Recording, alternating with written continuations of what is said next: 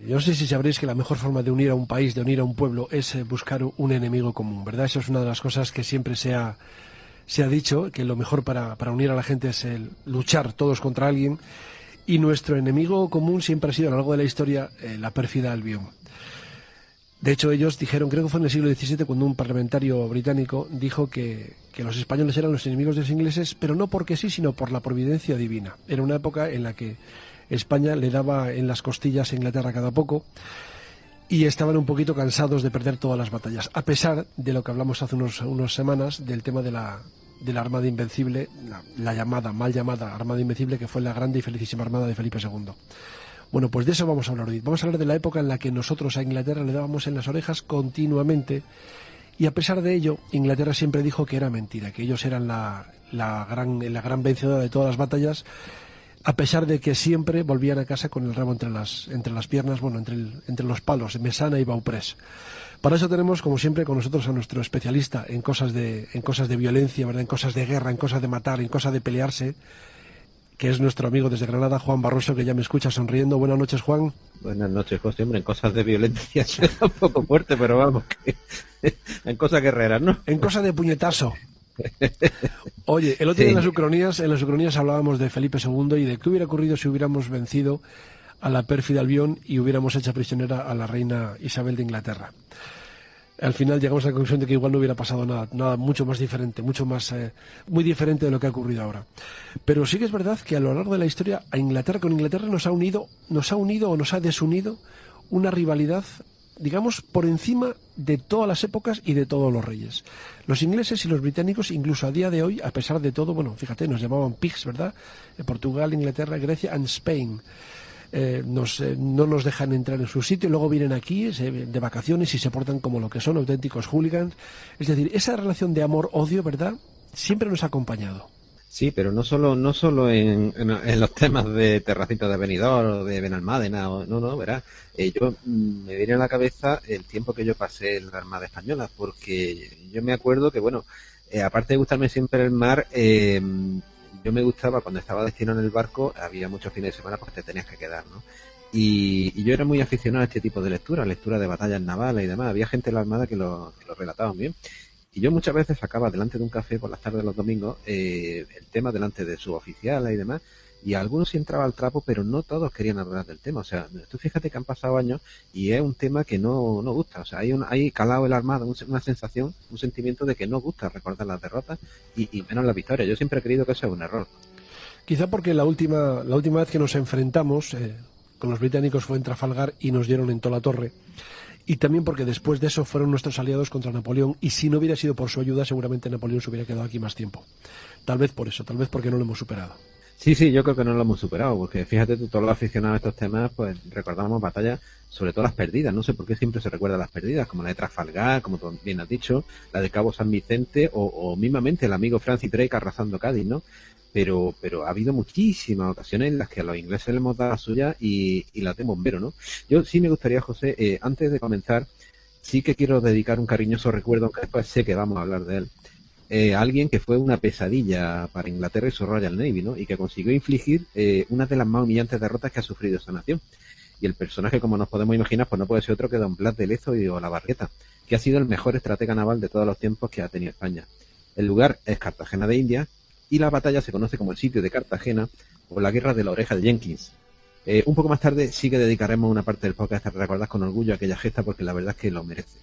Fíjate si será desconocida esa historia, que yo ya con mis 40 y tantos años, en primero de historia, oí a mi compañero Javi Montero hablar de la guerra de la oreja de Jenkins. Y me pareció curiosísimo el nombre, de tal manera que cuando llegué a casa me puse a buscar información sobre eso y me enteré de qué iba esa guerra. Y en ese momento fue cuando yo empecé a entender lo que significaba el personaje de Blas de Lezo. Pero hasta entonces no lo sabía. Es decir, la propaganda que los británicos hicieron para intentar que nadie hablara de su humillantísima derrota, humillantérrima, o la palabra que sea más superlativa, funcionó, porque nadie sabía lo que era esto hasta que de repente, bueno, pues hemos escrito el personaje y hemos hecho todo lo posible para que, bueno, de hecho le mandamos, no sé si fue la coronación o algo así, le mandamos una fragata que se llamaba Blas de Lezo con todo lo gordo ahí, ¿verdad? Así fue. Bueno, esto fue en 2005, que fue el aniversario del segundo centenario de la victoria inglesa de Trafalgar. y pidieron colaboración, bueno, quisieron hacer y de hecho hicieron una gran parada más con más de 100 buques, y España, pues con toda la sorna del mundo, pues mandó 2 navíos, que fue el portaaeronaves Príncipe de Asturias y una fragata de última generación que solo podía tener un nombre, como bien has dicho, por la Blas de Lezo. Los ingleses creo que cogieron el tema a la primera. Lo cogieron la indirecta. Si te fijas muy bien, debajo de Blas de Lezo pone Os dimos en toda la torre, pero bueno, eso lo pone en pequeñico. Vamos ya, creo que es en el siglo XIV cuando España y Gran Bretaña se enfrentaron en el marco de la Guerra de los 100 años, en un puerto que hay en el noroeste francés, en la costa noroeste francés, que es el puerto de La Rochelle, ¿verdad? Sí, así fue, porque esta fue la primera batalla seria, batalla naval seria entre fuerzas españolas e inglesas. Esto, la verdad es que ocurrió hace tanto tiempo que España, fíjate tú, que ni siquiera existía como nación, porque tenemos que remontarnos al día 22 de junio del año de Nuestro Señor de 1372, a lo que la historia conoce como la batalla de La Rochelle. Estamos de acuerdo que no era ni la Armada Española, ni era la Royal Navy, que por supuesto no existía ni la una ni la otra, pero la batalla en su conjunto merece ser recordada por muchísimas razones. Vamos a recordarla. Bueno, La Rochelle era y es una ciudad costera francesa que asoma sus playas al mar Cantábrico. Bueno, pues en 1372 esta ciudad francesa se encontraba bajo ocupación inglesa, en plena guerra de los 100 años. Esta guerra, recordemos que era una guerra con una raíz fuertemente feudal y que intentaba dirimir mediante las armas quién iba a ejercer su soberanía sobre determinados territorios franceses que Inglaterra venía acumulando desde la alta Edad Media y que finalmente se saldaría con la derrota inglesa que restituiría dichos territorios a Francia, a excepción de Calais, que vendría con posterioridad. Bueno, La Rochelle era un enclave muy importante de los ingleses en la costa atlántica de Francia, dada su relativa cercanía con la propia Inglaterra, y lugar por tanto idóneo para pertrechar y avituallar a sus tropas continentales de aquella zona. Además de que, por supuesto, pues controlaba paso marítimo proveniente del Golfo de Vizcaya.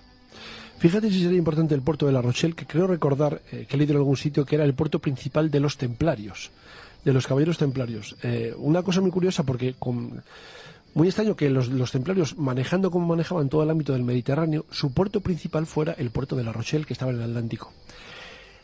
Para los conspiranoicos les da que pensar el hecho de que este puerto estuviera ahí, porque cuando los templarios desaparecieron, fueron eliminados, muchos barcos partieron de La Rochelle, no se sabe hacia dónde. Partiendo de la costa atlántica, la gente dice, especula, cuenta que tal vez llegaron a América y que por ese motivo estarían así, o se cayeron en el borde de la Tierra si es plana, si no.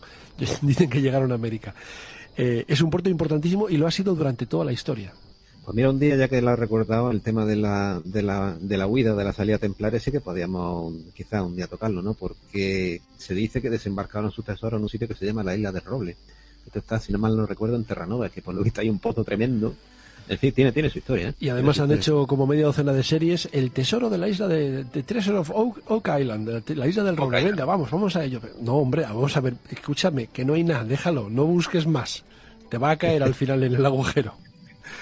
El caso es que esta historia tiene que ver no con España, como dices tú, sino con Castilla, que era aliada de Francia y Gran Bretaña tenía ocupada gran parte de esa costa occidental de Francia. Es decir, Francia no era lo que era ahora, sino que era más pequeña y parte de ese territorio lo tenía ocupado en Gran Bretaña. Y en ese contexto España apoyó a Francia para luchar contra su enemigo, que ya empezaba a atisbarse como enemigo sempiterno, ¿verdad?, que era Inglaterra. Así es. En aquellos años, bueno, sí que había ya monarquía. En Francia reinaba Carlos V de Francia, que era apodado el Sabio. Y bueno, pues tras romper de nuevo las hostilidades contra Inglaterra, en 1369, esto fue otro episodio más de la Guerra de los 100 años, se dispuso a asediar la ciudad francesa de La Rochelle, porque era un lugar, como hemos comentado, primordial para Carlos V de Francia. Así nombró a Condestable de Francia. Condestable, imagínate que, pues bueno, tú lo sabes mejor que yo, algo así como el jefe militar del país, ¿no? Al caballero Bertrand de Guesclin, que este hombre era apodado el Águila de Bretaña, ¿no? Y este puso bajo asedio ya primeramente a La Rochelle el 22 de junio de 1372, después de darle palpero a los ingleses en la batalla de Pontvalén, ¿no? Bueno, anteriormente, y en virtud de un tratado que hemos comentado, este era el Tratado de Toledo de 1368, las coronas de Francia y Castilla habían reunido una importante flota donde la voz cantante y el poder militar era ostentado por la flota castellana, que sumaba casi no, el doble de barcos que la francesa, ¿no? No se les puede llamar todavía navíos porque no existían los navíos de línea, pero bueno. Fuentes medievales afirman que los primeros en llegar a La Rochelle fueron ingleses y sus naos bajo el mando de John Hastings. Este, muy rimbombante, era el segundo conde de Pembroke. Espera, lo voy a decir con entonación. Segundo conde de Pembroke. Pembroke. El número de 36, más sus barcos de transporte, ¿no? Un día antes, el 21 de junio, sería avistada por la flota castellana, que estaba compuesta por 22 galeras, al mando de don Ambrosio Bocanegra. Este era un gran estratega naval también. Genovés, si no recuerdo mal, ¿verdad? Genovés, correcto. Y almirante de Castilla, ¿no? Pues este hombre también iba para allá. En una magistral estratagema, la flota de Bocanegra se enzarzó en una breve escaramuza con la de Hastings, hecho que sirve para que Bocanegra pues pudiese estudiar adecuadamente la situación, ¿no? Y las capacidades de la flota inglesa. Bueno, pues tras dicho intercambio de disparos, Bocanegra se retiró a elaborar una adecuada estrategia con su subordinado al mando. Decía este hombre, pues bueno, pues le tomó un poco la medida a los ingleses y dijo, Quillo, vámonos para atrás, vamos a hablar, vamos a ver cómo les metemos mano a esto, y así lo hicieron. O tal vez, como es mi teoría, lo que hizo fue engañar a los ingleses pensando que se escapaba, que huía, para iniciar las escaramuzas cuando bajara la marea, sabiendo que sus buques eran de menor calado que los británicos y seguramente los británicos quedarían embarrancados en el suelo del mar, y por eso al día siguiente, cuando bajó la marea, fue cuando atacó. Es decir, tal vez fue una coincidencia, pero yo quiero pensar que fue una buena estrategia. No, fue magistral, porque precisamente eso fue lo que pasó. Los ingleses se creyeron que este tío huía, y este tío efectivamente huyó, pero esperó a que bajara la marea, entró con las naves paradas, y desataron sobre los ingleses una lluvia de fuego, pues mediante lo que había en aquella época, ¿no? Que eran bombardas. Y bueno, los ingleses tuvieron que soportarla pues con los barcos parados, inmóviles, y produciéndose entre las filas inglesas una gran mortandad. Esto se calcula en torno a 800 hombres, ¿no? Bueno, pues la derrota anglosajona fue absoluta y humillante, y todas sus naves fueron quemadas, hundidas o apresadas por los castellanos. Y los hombres que no murieron en combate, entre ellos el propio Pembroke, fueron hechos prisioneros. Esto, por supuesto, fíjate tú qué detalle, en las batallas medievales esto incluía a caballeros, porque en esta época en el rescate de caballeros se solían pagar elevadas sumas de dinero, ¿no? Dado que eran los que conocían el arte de la guerra y dirigían a la tropa. Bueno, también pillaron a soldados del contingente inglés, pero bueno, esto era menos importante, ¿no? Y los castellanos también se hicieron con un importante botín que el rey de Inglaterra había embarcado para pagar a las tropas combatientes. Como guinda del pastel, pues fíjate tú que Bocanegra, de regreso hacia Santander, apresó a la altura de Burdeos otros 4 barcos ingleses, o sea que les dio pero bien. Y bueno, al hacer prisionero, el almirante Castilla tuvo con los vencidos un gesto humanitario que era inusual en esta época, ¿no? Porque por aquellos tiempos era costumbre entonces degollar o arrojar al agua a todos los adversarios que se hubieran rendido, ¿no? Bueno, pues no fue así en este caso, y el almirante inglés Pembroke y 70 caballeros, estos caballeros eran de espuelas doradas, y hay que recordar que los caballeros que llevaban espuelas doradas se distinguían de los demás porque pertenecían a la nobleza, en este caso a la nobleza inglesa, ¿no? Y fueron enviados a Burgos a la presencia del rey Enrique, pues que lo hizo entrega al condestable francés, incluido el conde inglés al mando, ahora Rennes, pero este hombre moriría durante el cautiverio y no llegaría a ver su tierra de nuevo, ¿no? Pues igual mejor, porque la bronca que le iba a echar su monarca iba a ser tremendo, porque ellos pensaban que la batalla estaba vencida. De hecho, ya empezaban a atisbar ese poderío militar que iba a tener Gran Bretaña posteriormente en el mar. Lo que sí es cierto es que hay un problema, digamos, aritmético en el tema de quién tenía más medios, porque según cojas un historiador anglófilo o anglófobo, te dice que el mayor número de barcos era español, o era castellano, o era británico. En realidad se sabe cómo fue realmente. Bueno, efectivamente, según consulte unas fuentes a otras, pues lógicamente si son anglófilos, pues la balanza pues la van a tirar un poquito del lado de su gente, ¿no?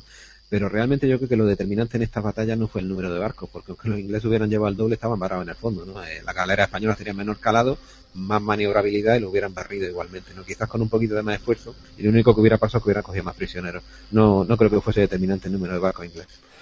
¿Y se lo tomó muy mal Gran Bretaña esa batalla, o la olvidó enseguida y pasó a la siguiente? Verás, yo creo que se la tomó fatal, y te voy a decir por qué. Porque la victoria castellana en La Rochelle tuvo varias consecuencias históricas y muy importantes. Démonos cuenta que por una parte, al perder Inglaterra su plaza fuerte en la costa francesa, la guerra de los 100 años dio un giro definitivo en favor de Francia, que pudo endurecer lógicamente sus acciones a partir de ese día. Por otra parte, la corona de Castilla, démonos cuenta que obtuvo muy favorables ventajas militares y económicas. Se consolidó por una parte como primera potencia naval en el Atlántico, cosa muy importante de cara al futuro. Y esto otorgó mayores posibilidades mercantiles a sus marinos, sobre todo vascos y cántabros.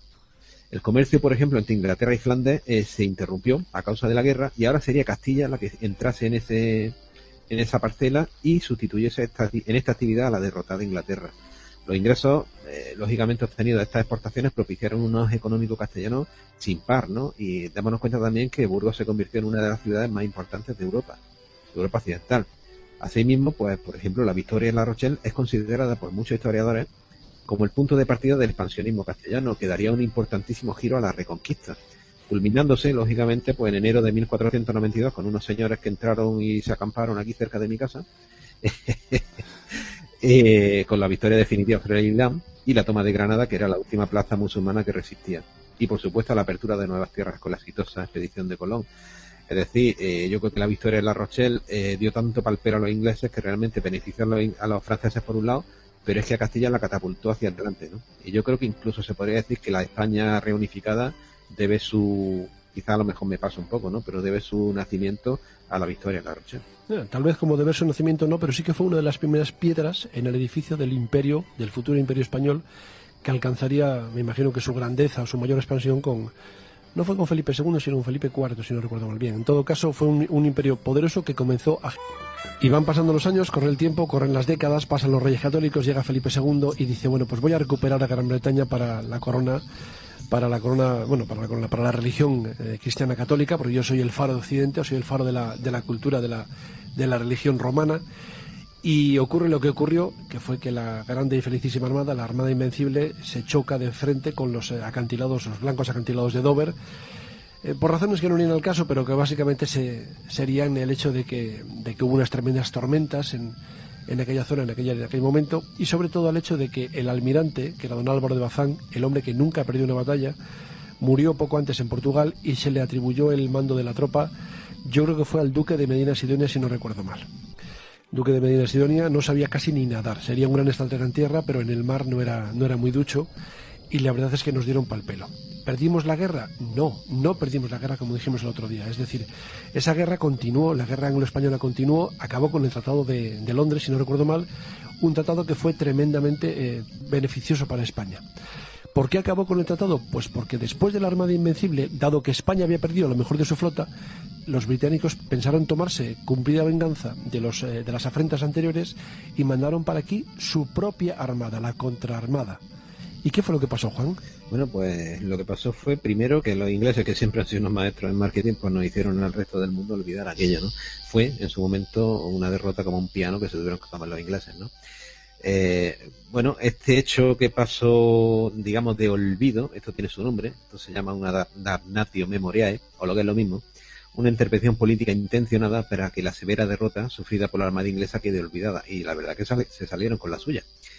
Bueno, pues la Invencible inglesa o la Contraarmada fue una flota de invasión enviada a la península ibérica por la reina Isabel I de Inglaterra en la primavera de 1589, estamos hablando más o menos un año después de la derrota de nuestra felicísima, ¿no? Esto fue durante la guerra anglo-española de 1585 a 1604. En aquellos años las guerras no duraban 3 años, duraban bastante más, ¿no? Bueno, pues los anglosajones se refieren a ella como la English Armada, la Counter Armada o la Drake Norris Expedition. ¿Por qué? Bueno, esta última denominación se debería a que la expedición fue mandada por un caballerete que se llamaba Sir Francis Drake, que ejercía de almirante de la flota, y por Sir John Norris en calidad de general de las tropas de desembarco, ¿no? Bueno, pues tras la pérdida en la mayor parte de nuestra armada en 1588, Isabel I, como hemos comentado, decide contraatacar con una cantidad ingente de navíos. En 1589, en las costas de La Coruña, como primera parte de un plan que constaba de 3 objetivos. El más importante, destruir el grueso de la Armada Invencible, de la Felicísima, que estaba reconstruyéndose en las costas cántabras, pues nada menos que 102 navíos españoles se estaban reparando o construyendo en dicho astillero a toda prisa, ¿no? El segundo era tomar Lisboa y entronizar al prior de Crato, Antonio de Crato, que pretendía la corona portuguesa. Recordemos que en aquella época Felipe II era también rey de Portugal, había unido la corona española con la portuguesa, porque tenía ciertos derechos dinásticos por parte de su madre. El prior de Crato tenía más derechos, pero no tenía el ejército que Felipe II tenía acantonado en la frontera. Por ese motivo fue por el que Felipe II fue el rey de Portugal. En realidad no se portó mal con Portugal, pero sí es cierto que se comportó de la manera que se comporta un amo con un esclavo, es decir, nunca de igual a igual. Nunca estuvieron unidos España y Portugal, sino que España dominó a Portugal. Y eso fue lo que a la larga hizo que Portugal se hartara de la monarquía española, lo cual me parece lógico. Y por eso se buscaron un ejército que no tenían, ¿no? Porque de hecho este hombre, Antonio de Crato, viajaba con las tropas, con la expedición inglesa, ¿no? Bueno, pero había un tercer objetivo. El tercer objetivo era tomar la isla Azores, porque los ingleses tenían metido entre orejas tener una base sobre la que intentar dominar el Atlántico, en primer lugar, y sobre todo para capturar a la flota de India, porque la flota de India creo que eran 2 expediciones al año y venía cargada de todos los tesoros que sacábamos de allí del Nuevo Mundo, ¿no? Por esto último, pues permitiría a Inglaterra, como hemos comentado, tener una base, aparte de, para dominar el Atlántico, para hostigarnos a nosotros, ¿no? Para atacar los convoyes españoles procedentes de América, lo que supondría un avance significativo hacia el objetivo a más largo plazo de arrebatar a España el control de las rutas comerciales hacia el Nuevo Mundo, que finalmente es lo que buscaban los ingleses, ¿no? Bueno, debemos recordar que los buques seguían siendo naos, galeras, carracas, galeonas y demás, dado que los navíos de línea de combate no llegarían hasta el siglo XVIII. Bueno, pues muy en la línea inglesa, la Armada se financió como una inversión en bolsa, es decir, la reina Isabel aportó la cuarta parte y los holandeses, aliados de los ingleses, un octavo. También el pretendiente portugués, Antonio de Crato, aportó también el dinero y las joyas de la corona portuguesa que había robado, ¿no? Bueno, así llegamos a abril de 1589, que zarpa la expedición con casi 150 buques, entre ellos 6 galeones. Los ingleses no tenían en aquel momento ninguna experiencia en la organización de grandes campañas navales, ¿no? Por lo que la logística fue muy deficiente. Por otra parte, el mal tiempo y el retraso de los holandeses causó que se consumiera un tercio de las provisiones antes incluso de salir de puerto, ¿no? Además hay que tener en cuenta que solo había 1.800 soldados veteranos frente a 19.000 voluntarios novatos y lógicamente pues indisciplinados, ¿no? Que no llevaban ni las armas de asedio indispensables para tomar fortalezas, ni la caballería imprescindible, ni otra historia, ¿no? Entonces esta gente pues no sé a lo que iba, la verdad, pero bueno. Y otro punto controvertido fue la decisión de otorgar el mando de la escuadra a Francis Drake, ¿no? Porque si bien Drake, que era, como todos sabemos, corsario, había obtenido notable éxito actuando como lo que sabía hacer, como corsario pirata, además se autoatribuyó todo el mérito de las operaciones contra la Armada Invencible, ¿no? Mérito del que dudan diversos historiadores, porque los hechos posteriores demostrarían que Drake no era el hombre ni mucho menos adecuado para mandar una gran expedición naval, ¿no? Desde luego Drake era más un pirata, no un pirata, un corsario. Un corsario era un pirata con permiso real para piratear. Era más un pirata y un corsario y también un expedicionario, un navegante expedicionario, un aventurero que un hombre de acción en el sentido de un general de batalla. Para eso había que tener otras cualidades que Drake no tenía. Era un tipo muy inteligente, gran navegante, pero había que entender mucho más de estrategia y mucho más de conocer al enemigo de lo que hacía Francis Drake. En este caso sí que había que aplicar lo de zapatero a tus zapatos. Sí, así es, porque desde el primer momento la indisciplina de la tripulación inglesa se hizo notar, ¿no? Porque antes incluso de llegar a divisar la costa española ya habían desertado, date cuenta, una veintena de pequeñas embarcaciones, total más o menos de unos 2.000 hombres a bordo, ¿no? Y a ello se sumó la desobediencia del propio Drake, quien se negó a atacar Santander como se le había ordenado, ¿no? Alegando vientos desfavorables y el miedo a verse cercado por la flota española en el Golfo de Vizcaya o a embarrancar en el Cantábrico, ¿no? El tema de Santander es muy importante porque era el gran puerto del Cantábrico, el gran puerto norte en España. En la batalla de La Rochelle, las tropas que llegaron con los prisioneros desembarcaron en Santander porque iban a Burgos. Es decir, había varios puertos importantes en España, uno de ellos era el de Santander. El puerto del norte era el de Santander. Por eso la idea era atacar el puerto de Santander para descabezar a la Marina Española, y la negativa a hacerlo puede que marcara también un poquito el éxito o el fracaso de esta misión. Sí, desde luego, porque una vez más queda patente la veracidad de aquel refrán, ¿no? Que la avaricia rompe el saco, ¿no? Y verás por qué. Porque en su lugar de Santander, Drake decidió poner rumbo a la ciudad gallega de La Coruña, ¿no? Realmente no están claros los motivos que le llevaron a tomar esta decisión, pero pudo haber dos razones fundamentales. En primer lugar, el deseo de Drake de repetir su éxito en 1587 cuando atacó Cádiz, porque corría el rumor de que en La Coruña se custodiaba un fabuloso tesoro valorado en millones de ducados, lo cual era falso.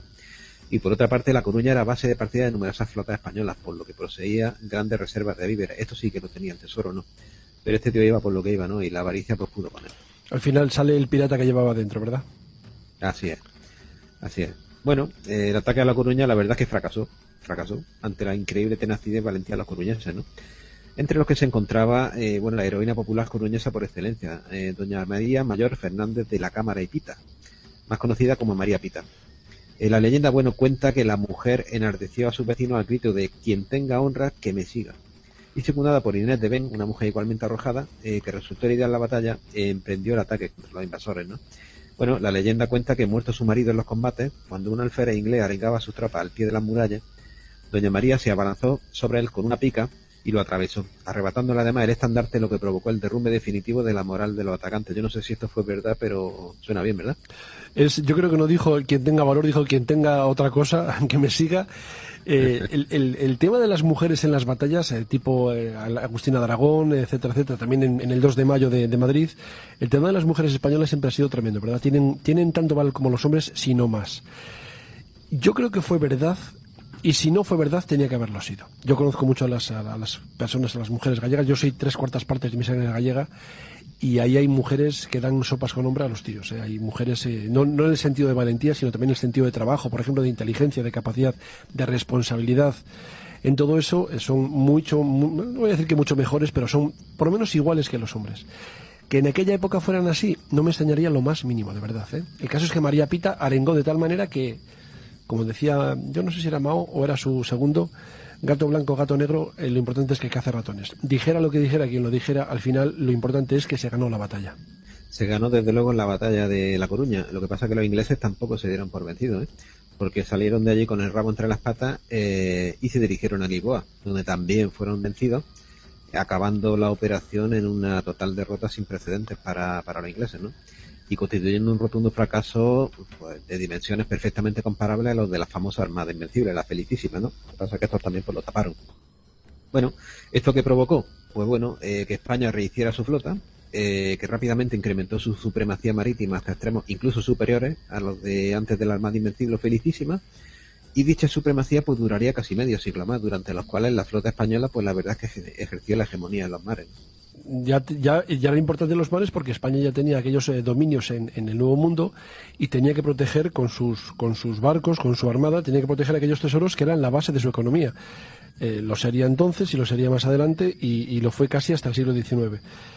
Porque además, como decías tú, los británicos estaban empeñados en conseguir una cabeza de puente en el Atlántico desde la que hostigar a las tropas, es decir, hostigar a las flotas españolas que venían de América, y también desde donde controlar un poco el tráfico que venía de Canarias, que era muy importante para España. Y para eso había un sitio perfecto que estaba en las Azores y que era la Isla de Flores. La batalla de la Isla de Flores no se desarrolló en Indonesia, no es la Isla de Flores de Indonesia donde salió el Homo floresiensis, eso está muy lejos. La Isla de Flores es una pequeña isla que está en el archipiélago de Azores, paraíso auténtico para veranear, aunque el aeropuerto tiene su guasa también. Yo estaba allí y el aeropuerto hay que tener mucho valor para aterrizar allí, pero bueno. Y el caso es que en este lugar, en esta Isla de Flores, se desarrolló una de las batallas también más desiguales de la historia de España con Inglaterra. Sí, correcto. Esto ocurrió el 9 de septiembre, fue 2 años después de lo que hemos comentado antes. 9 de septiembre de 1591, ¿no? Porque con los súbditos de su graciosa al acecho, para no variar, pues bueno, un nutrido convoy de galeones españoles, en número de 55, venía de poniente con vientos portantes, es decir, un viento portante, un viento que te da de través y hacia la proa, lo que les daba, pues la verdad es que muy buen ritmo de navegación. Bueno, pues estos galeones venían rebosantes de cargamento y pretendían pues hacer aguada. Hacer aguada es hacer una parada técnica en las Azores para abastecerse de fruta, agua y viandas de primera necesidad antes de poner rumbo a la península, ¿no? Bueno, hasta ese momento todo iba bien. Es muy importante el tema de la aguada porque en aquella época los barcos tenían que parar cada cierto tiempo, no solo para coger agua que se podría estropear por estar ahí parada en los barriles, sino además para abastecerse sobre todo de cítricos, porque ya habían descubierto que el gran problema de las grandes navegaciones era el problema del escorbuto, es decir, se les ponían las encías, se les estropeaban, etcétera, etcétera, y y al final morían, y eso se solucionaba tomando frutas y verduras frescas. Por eso obligatoriamente los barcos tenían que parar para hacer aguadas cada cierto tiempo. Correcto, en concreto esta enfermedad que te refieres se llama el escorbuto y se descubrió porque a alguien se le ocurrió morder un limón, oye, y aquello, pero bueno. Bueno, volviendo al tema a falta de algo que llevarse a la boca, recordemos que en aquella época las hambrunas, la verdad es que eran endémicas en las islas británicas, ¿no? En la isla británica el problema que tiene es que siempre han tenido una agricultura casi testimonial, ¿no? En aquella época a esto se le unía una ciudadanía que estaba muy desencantada y una nación, Inglaterra, que estaba viéndose excluida del gran pastel de la colonización, porque aquella época todos estábamos cogiendo lo que podíamos del pastel mundial, pero Inglaterra no. Entonces la única aspiración que le quedaba a Inglaterra no era otra cosa que dar rienda suelta a lo que mejor sabían hacer, ¿no? Que era vivir del asalto y de la captura de convoyes en el Atlántico y acciones esporádicas en el Caribe, ¿no? Es decir, de la piratería. Por tanto, habían descubierto un filón de oro y habían convertido la piratería y el ejercicio del corso en un arte mayor. Y lo seguirían haciendo así durante mucho tiempo porque les estaba funcionando. Es decir, ellos inventaron... Hubo corsarios de todos los países, hubo corsarios franceses y británicos y españoles también, pero lo cierto es que los principales corsarios fueron los británicos. ¿Por qué? Porque les funcionaba. Es decir, por una parte conseguían sus riquezas y por otra, porque del corsario, de la parte de lo que conseguía, de lo que latrocinaba, de lo que robaba, una parte se la entregaba a la corona y por otra parte conseguía eliminar, riqueza de sus enemigos, en este caso de España. Es decir, era el negocio perfecto. Sí, sí, porque el hostigamiento permanente a la línea de comunicación del Imperio Español, como has comentado, les suponía, a pesar, porque ellos corrían muchos riesgos, pero les suponían grandes beneficios que les compensaban, ¿no? El acumulado de derrotas, bueno, era muy doloroso para ellos, para los ingleses, pero la necesidad hacía que siguiesen intentándolo con tenacidad a pesar de los severos escarmientos infligidos por la Armada Española. Bueno, realmente hay que reconocer que la pericia marinera era mayor en el caso de los marinos ingleses, pero hay una cosa que los españoles le superaban en gran medida, ¿no? Los españoles siempre buscaban el abordaje. Esto es un hecho que a lo largo de la historia siempre no sé si es que no se ha comentado suficientemente, pero los españoles eran muy diestros en el arte de la espada, muy diestros en el arte del abordaje y tenían cierta parte del cuerpo como un toro, ¿no? Entonces, bueno, esto era temido por los británicos como un látigo de 7 colas. O sea, los británicos siempre intentaban buscar la distancia y su mayor velocidad de disparo. Ellos siempre conseguían disparar casi 3 veces más rápido que los españoles. Los españoles sabíamos esto y nos tirábamos a por ellos, pero vamos, dando unos gritos que helaban la sangre, ¿no? Y bueno, este 9 de septiembre iba a quedar demostrado una vez más que los temores ingleses no eran infundados, ¿no? Ni muchísimo menos. Hay que tener en cuenta que Inglaterra había enviado a lo mejor del corso en dirección a las Azores. Y a la cabeza de esa formidable expedición estaban ni más ni menos que dos de los más temidos corsarios y nobles, que en el caso inglés una cosa no quita la otra, de la isla británica. Estos hombres se llaman Thomas Howard y Walter Raleigh, pero no habían reparado en la capacidad de liderazgo del durísimo oponente al que se iban a enfrentar.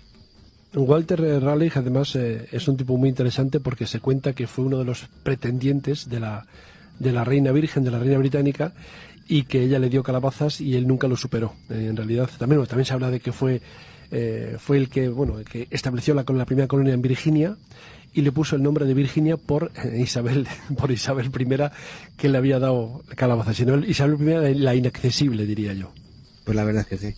El caso es que estos dos personajes, bueno, pues se dirigían a esta zona, pero entre la isla de Flores y la de Corvo, había un señor que se llama Alonso de Bazán. Este hombre era hijo del insigne almirante don Álvaro de Bazán, que les tenía cogida la medida, pero bien cogida a estos dos elementos, ¿no? Y bueno, pues este hombre, Alonso de Bazán, aguardaba pacientemente una conjunción de corrientes favorables y viento en popa. Bueno, pues todo estaba preparado para este choque de colosos, ¿no? Y la fiel y brava infantería de marina, embarcada en las naves españolas, era una sorpresa táctica que los ingleses no se esperaban. Y, por supuesto, cayó sobre el enemigo con una fiereza, bueno, de un miura, ¿no? Y como hemos comentado, dando unos gritos que helaban la sangre de las venas, ¿no? Mientras los anglos se las prometían felices, con sus más de 20 galeones y cerca de 10.000 hombres embarcados, los españoles, en número más o menos similar, pero con más potencia de fuego, habían hecho las tareas con, la verdad es que con auténtico primo marinero, ¿no? Y la moral era muy alta y podía incluso palparse, ¿no? En el ambiente, ¿no? Bueno, pues la superioridad española quedó de manifiesto rápidamente cuando Raleigh, habituado a moverse en relaciones de superioridad sobre sus presas, como corsario que era, pues se dio de bruces con una flota de verdad y perfectamente dispuesta para el combate. Porque a las primeras andadas de la artillería naval, que Aramburu era el segundo de Bazán, le largó, se dio a la fuga a todo el trapo que le daban las velas, ¿no? En dirección nordeste, abrumado por la audacia y la superioridad de los españoles. O sea, salió por pie. Y gracias a que salió, si no se hubiera quedado allí. El caso es que parece que los españoles habían aprendido un poco cómo manejar los cañones también, ¿verdad? Yo siempre he oído hablar del tema de los abordajes porque en distancias cortas, en el combate con arma blanca, siempre se decía que los españoles eran superiores. Siempre tenemos la imagen de ese español, el capitán Alatriste, ese español diestro en la espada, diestro en la esgrima y también diestro en los trucos con la navaja pequeña, etcétera, etcétera. Pero lo que no sabía yo es que los españoles eran capaces de largar esas andanadas de fuego, ¿verdad?, que hicieran huir al enemigo de esa manera. Sí, incluso después llegó, esto ya nos meteríamos en el terreno de los navíos de línea. Había una estratagema que utilizaban los ingleses que una vez se le volvió en su contra, ya no lo utilizaron más. Había una costumbre por parte de los capitanes de los navíos de línea ingleses, que era disponer los cañones, aparte de asignarles nombre, que eso era una costumbre muy británica, después se tomó aquí, los cañones los montaban sobre raíles. Raíles que eran 3 raíles y convergían sobre uno a la salida de la boca de fuego. ¿Por qué? Porque cuando un cañón disparaba, retrocedía y otro cañón ocupaba su lugar. Por eso conseguían ellos disparar 3 veces más rápido que los españoles.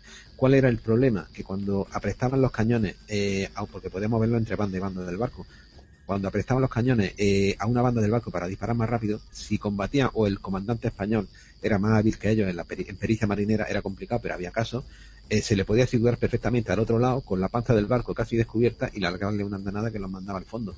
Y muchísimos navíos ingleses cayeron de esa manera, ¿no? Hasta que los ingleses aprendieron y corrigieron, ¿no? Pero bueno, volviendo a lo que es la batalla de Flores, realmente no todo fue cobardía entre los ingleses, porque 2 fragatas y el galeón de Drake se llamaba el Revenge, el Venganza.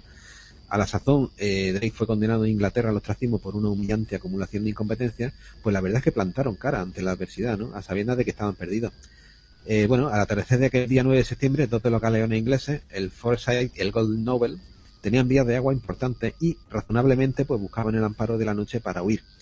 Y el más prestigioso buque de guerra de Inglaterra, por lo simbólico que era el Venganza, había caído en manos de los españoles, y sus pendones reales, arriados, serían llevados al camarote de oficiales, donde Alonso de Pazar los pondría a buen recaudo, ¿no?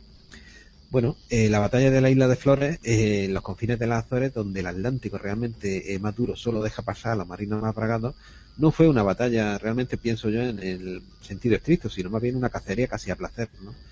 Porque la verdad es que aún en igualdad numérica, el posicionamiento en el combate con un viento claramente favorable, la estrategia, porque después de incluso tener vencida la batalla, se enviaron rápidas fragatas a hostigar a la vanguardia inglesa, un líder carismático y la incapacidad para afrontar una batalla en toda regla por parte de una marinería más volcada en el pillaje que en las tácticas navales por parte inglesa, pues la verdad es que dieron una victoria inapelable a las armas del Imperio Español, y así fue.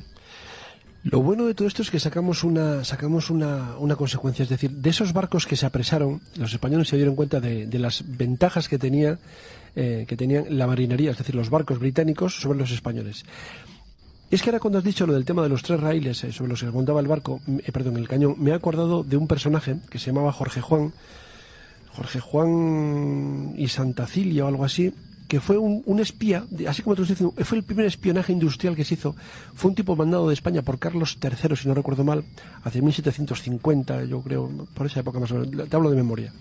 Y lo que hizo fue espiar la construcción de barcos británicos para darle los planos a los españoles. Porque sabíamos que a pesar de todos los pesares, los barcos británicos estaban mejor construidos y eran bastante mejores, tenían bastantes más avances tecnológicos que los españoles. Luego eso se compensaba con la fiereza de la marinería y con la capacidad de nuestros almirantes, etcétera. Pero la construcción del barco era mejor en Gran Bretaña que en España. Y al aceptar eso y espiarles, dimos otro pasito adelante. Que al final no creas que nos sirvió de mucho, pero que durante un tiempo nos sirvió para mantenernos un poquito en la cresta de la ola del imperialismo mundial. Jorge Juan, la verdad es que no solo fue espía, este hombre era científico, era aparte de marino, y este hombre logró incluso, fue ingeniero, y logró incluso medir la longitud del meridiano terrestre. Demostró realmente que la Tierra está achatada a los polos. Y fue, por supuesto, a merced a esta iniciativa, el impulsor de las reformas del modelo naval español. Sepan vuesas mercedes que mi nombre es Blas, y que por ese nombre me han conocido los pocos amigos que he tenido. Respecto al resto del mundo, apenas me ha importado lo más mínimo durante estos años, y no estoy dispuesto a cambiar mi forma de pensar para los escasos días de vida que me quedan. Mis compatriotas españoles, de uno y otro lado del gran océano, me conocen como Don Blas de Lezo y Olavarrieta. Mis muchos enemigos han dado en llamarme medio hombre, aunque siempre lo han hecho de lejos, y a mis espaldas, pues es bien sabido por todos ellos que jamás consentí afrenta alguna de mi honor, ni al de mi amada España, ni al de su rey, el buen Felipe. Pues en España nací, en la muy marinera villa de Pasajes de San Pedro, de cara siempre al bravo mar. En él me destetaron, con salitre y espuma, y siempre fueron mis amigas las ruidosas gaviotas y los peces del Cantábrico. Bravo mar en el que me bautizaron mis padres, Pedro y Agustina, ambos de noble cuna, familia de ilustres marinos para mayor gloria de este gran país. Fui el tercero de 8 hermanos, y esta circunstancia me llevó a elegir el proceloso mar como escenario para mi vida y mis hazañas. Amaba aquella inmensidad como nunca he amado nada, y en ella deseé vivir y morir desde mi madre. Así, a la edad de 10 años, me embarqué como grumete en un barco ballenero en el que aprendí los rudimentos de la navegación y el significado y la importancia de la disciplina en el mar. Con 12, fui aceptado como guardia marina al servicio del mismísimo hijo del rey de Francia, don Luis Alejandro de Borbón, conde de Toulouse, a tiempo para tomar parte en la desgraciada contienda que enfrentó a mi amada España con la diabólica coalición liderada por la pérfida Albión, enemiga de mi señor el conde y del futuro rey Felipe, soberano de España por la gracia de Dios. Recibí mi bautismo de fuego en el mar en aquella desdichada fecha de 1704, en la que a la postre sería la única batalla naval de aquella cruel guerra que enfrentó hermanos contra hermanos. Allí, frente a las hermosas costas malagueñas, una desdichada bala de cañón se encontró con mi pierna derecha, dañándola tanto que hubieron de cortar lo poco que de ella quedó. Pueden vuesas mercedes imaginar lo que para aquel muchacho de apenas 15 años Pues esa fue la edad con la que me aconteció este percance. Supone ver su anatomía mutilada, de un modo tan traumático. Indescriptible el dolor que aquellos miserables tragos de ron que me dieron apenas fueron capaces de mitigar. Pero nada tan doloroso como la sensación de tener que abandonar mi puesto en la batalla y pasar más de un año en dique seco. Mi buen señor el conde le habló al rey, su padre, del valor que había demostrado, tanto en combate frente a los malditos ingleses, como en la sucia mesa de operaciones ante la Sierra del Cirujano. Fui ascendido al alférez por el propio rey de Francia, y se me ofreció un ventajoso puesto en la corte del conde, mi señor. Pero el mar era mi vida, y a él deseaba volver lo antes posible, cosa que hice a tiempo para contribuir en medida de mis posibilidades al éxito de mi señor abasteciendo a las tropas sitiadoras de las plazas principales como Palermo, Peñíscola y, sobre todo, Barcelona, hasta que en la defensa del fuerte de Santa Catalina de Tulón, una esquirla de madera que saltó del impacto de una bala de cañón me saltó el ojo izquierdo, dejándome medio a oscuras para siempre. Nuevamente fui ascendido, en esta ocasión a teniente, de tal modo que llegué a hacer cálculo de cuántas partes de mi cuerpo habría de dejarme en el camino para alcanzar el grado. Durante mi convalecencia se me concedió un destino en el puerto de Roqueport, en el Océano Atlántico, al mando de la muy marinera fragata Valeur, con la que entre las otras misiones rendía el abordaje de mis hombres el navío inglés Stanhope, un enorme velero, alto de borda y arboladura, armado con hasta 70 cañones y tripulado por un número de marineros 3 veces superior a los míos. Mas si el número de ingleses era tan superior, no lo eran su valor ni determinación en el combate. Tras la cual batalla quedó claro para mí que la incapacidad de la infantería inglesa en las artes de Marte solo era comparable con su bravuconería. Fui llamado en el año del señor de 1712 al servicio de España, bajo las órdenes directas de don Andrés de Pez, gaditano de nacimiento, pero descendiente de una estirpe de recios marinos vizcaínos, y gracias a lo favorable de sus informes, fui casi de inmediato ascendido a capitán de navío, sin necesidad de perder ninguno más de mis ya escasos miembros y sentidos. Cosa que ocurrió al año siguiente, cuando en el asedio de Barcelona una bala de mosquete me inutilizó el brazo hasta el codo, el derecho en esta ocasión, lo que no me impidió seguir al mando de mi nave, la Campanella, un bajel de 70 cañones, con el que me habría aventurado a cruzar las puertas del tenebroso infierno para ir a tirarle de las barbas al mismísimo Belcebú. Acabada aquella funesta guerra civil y asentado ya mi señor en el trono de España, fui destinado a La Habana, como parte de la escolta de la flota de Indias con la misión de evadir nuestros navíos de la acción de los muchos piratas ingleses y holandeses que por el océano trataban de apoderarse de lo que por ley pertenecía al soberano español y a su pueblo. Fui puesto al mando de un cascarón, pues no se podía denominar de otro modo a aquel Lanfranco, tan maltratado por los años, y la mar que apenas fue capaz de llegar al puerto de La Habana, proeza tras la cual fue desarmado y enviado al Olimpo de los barcos de guerra. Pues lo cierto es que sus servicios a España fueron muchos. Para mi fortuna, al poco se me concedió el mando de un buque de novísima construcción, que por expreso deseo de mi persona fue bautizado León Franco, en homenaje a mi anterior nave. Contaba en sus entrañas con hasta 62 cañones y era servida por la más experimentada y valiente tripulación que jamás vieron los dominios de Poseidón, muchos de los cuales permanecerían ya para siempre a mi lado. Al mando de esta nave luchamos a lo largo y ancho de los mares del sur, contra el corso inglés, que tanto daño hacía al prestigio y las finanzas de mi señor Felipe V de España. Con especial interés perseguimos a un tal Clipperton, pirata sin escrúpulos, sin medida, al que dimos caza en las Filipinas, siendo su final el habitualmente reservado para los piratas. Por esta y otras valiosas misiones en beneficio de España, fui nombrado general de la flota de los mares del sur, en lugar de mi señor hasta entonces don Bartolomé de Urbizu.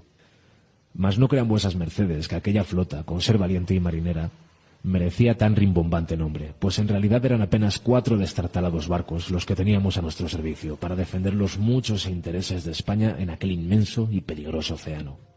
Por suerte para mí, logré incorporar por la vía rápida hasta 6 naves más, aprehendidas todas ellas al inglés, con lo que nuestro poderío creció tanto que la actividad corsaria casi desapareció de aquellos mares. A desgracia, y la de España, el nuevo virrey nombrado por su majestad, don José de Armendáriz y Perurena, primer marqués de Castelfuerte, decidió que el coste de aquella flota era excesivo, pero el escaso peligro que la piratería representaba para España. De nada sirvieron mis intentos para hacerle entender que si aquel peligro era tan escaso, era debido al poderío de nuestra flota, y que debilitar esta segunda supondría de inmediato aumentar el daño en la primera. Tal fue nuestra discusión que acabó pasando de lo profesional a lo personal, especialmente cuando, saltándose todos los procedimientos establecidos por su majestad, nombró tesorero de nuestra flota a un sobrino suyo, tan corto de razón como largo de manos, cuya primera medida fue ordenar una inspección del desempeño de nuestra gestión, tratando de perjudicarnos en lo posible, pero no hallando nada censurable como es lógico, pues siempre fue mi bandera la lealtad al rey y la lealtad a mi país, y no servir al vil metal ni al poder terrenal. Pues muy a gala llevo el que, tras todos estos años de servicio a mi señor, puedo decir con orgullo que el único fin que guió mis pasos fue servir a España y al buen Dios. Con tal saña se emplearon contra mi persona el maldito virrey y su sobrino títere, que durante el año siguiente retuvieron mis salarios y dificultaron mi labor, hasta el punto que decidí pedirle a mi buen rey Felipe la dispensa del servicio, y dejar así de servir a España en la mar, que no en mi corazón, pues veía peligrar tanto mi honor y el buen nombre de mi familia como mi salud también. Mi fortuna fue la de intendente general de la Marina.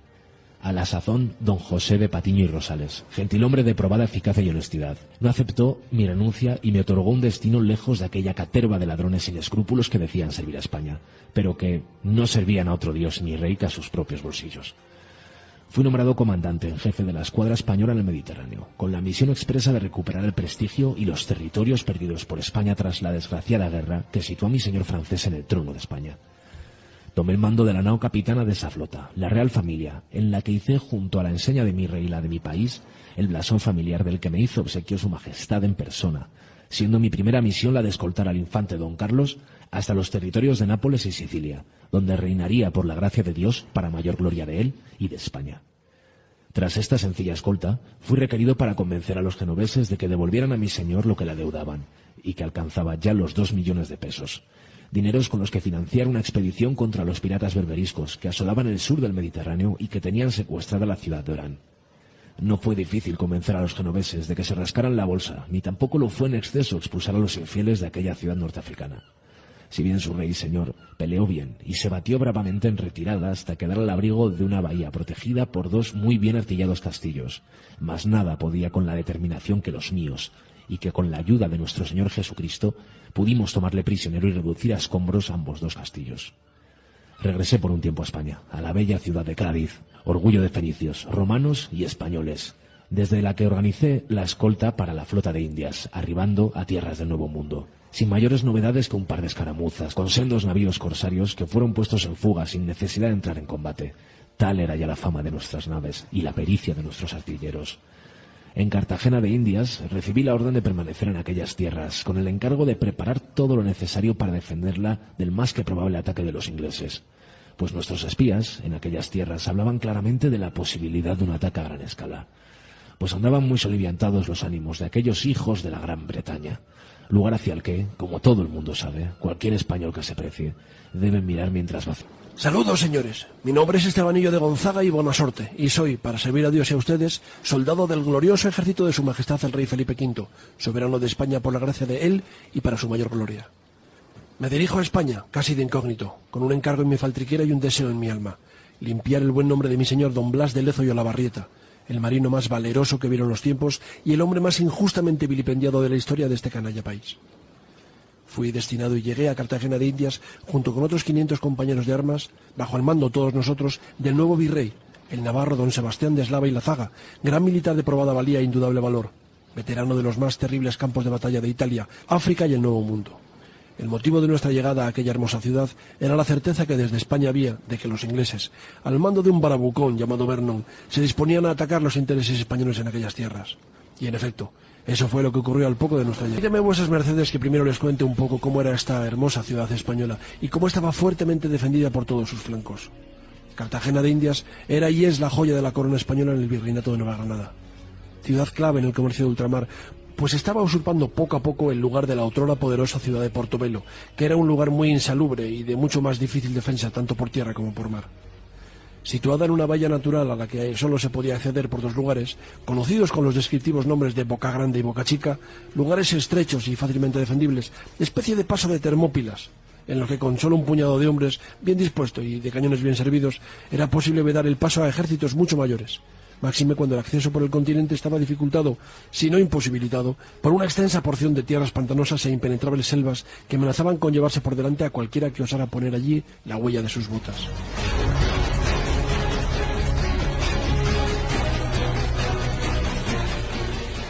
Llegué, como digo, a tan bello paraje en el año de nuestro Señor de 1740 y quedé a las órdenes directas del coronel de ingenieros don Carlos de Exnou, el segundo mando de mayor rango en aquel emplazamiento defensivo, al que nunca supimos muy bien por qué don Blas llamaba de Enaud, y que tenía su puesto de mando en el castillo de San Luis de Bocachica, desde donde disponía las órdenes pertinentes, que eran inmediatamente transmitidas al capitán de batallones de marina, don Lorenzo de Alderete y Barrientos, a la sazón responsable del fuerte de San Felipe de Barajas al que yo fui asignado, y del de Santiago, que dependía directamente del nuestro.